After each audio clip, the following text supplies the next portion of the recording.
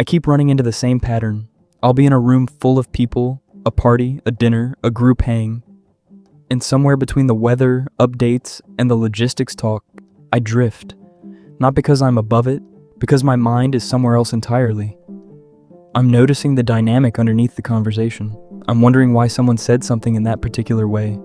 I'm connecting dots no one else seems to see. And the private thought, the one I never say out loud, is there something wrong with me?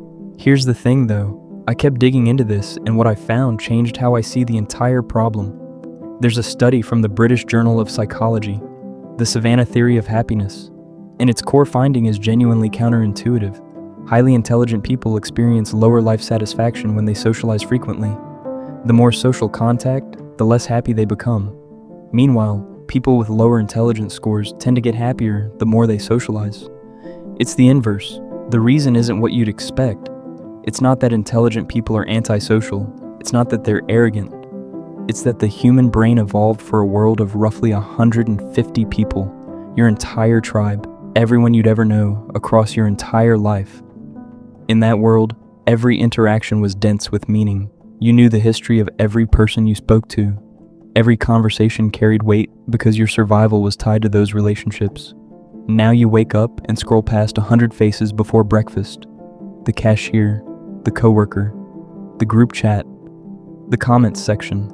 Surface level interaction everywhere, all the time, and almost none of it lands. Your brain was not designed to process this much input at this low a resolution. And the smarter you are, the more you feel that gap. This is where it gets personal. I often feel alone because I see patterns, possibilities, and hidden meanings that other people seem to miss. Not because I'm special, because my brain won't shut off. It's always looking for the layer underneath, the why behind the what. And when I'm in a conversation that never leaves the surface, it doesn't just feel boring, it feels exhausting. Like I'm running software that requires more bandwidth than the signal carries.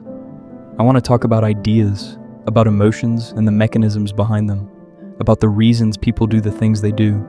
But most of the time, I have to hold part of myself back, because not everyone wants that kind of depth at 10 a.m. on a Tuesday. Not everyone is ready to go there without warning, and I get that. But holding back gets heavy. Sometimes I stay quiet not because I have nothing to say, but because I'm tired of being misunderstood. Tired of being interrupted right when I'm about to name something real. Tired of the look people give you when you've thought too deeply about something they consider simple. The look that says you think too much, as if thinking was the problem. Over time, that builds something. It builds a private world. You start living inside your own head more than outside it. And you can be surrounded by people, physically present, even laughing at the right moments, and still feel like you're on the other side of a pane of glass, watching a version of connection you can't quite access. And here's the honest answer. The loneliness you feel is not evidence that you're broken. It's evidence that your brain needs a different kind of connection than what's on offer. And you've been blaming yourself instead of redesigning the input. The reason you haven't fixed this yet is not a character flaw. It's an information gap. You were never told that your social reward system operates on a completely different frequency than most people's. Less intelligent people genuinely get happier with more friends and more social density. That's not a judgment, it's data. Their brains reward them for frequency. Your brain doesn't. Your brain treats meaningless social contact the way a stomach treats empty calories. It makes you feel full and malnourished at the same time. You walk away from a 3-hour hangout feeling like you ate nothing. So what do you actually do about this? 3 things. First, stop treating your loneliness as a personality defect. The feeling is not the problem. The feeling is a signal. It's telling you that your brain wants depth, not frequency. Every time you label yourself antisocial or weird or too intense, you're punishing a biological design feature. Stop that immediately.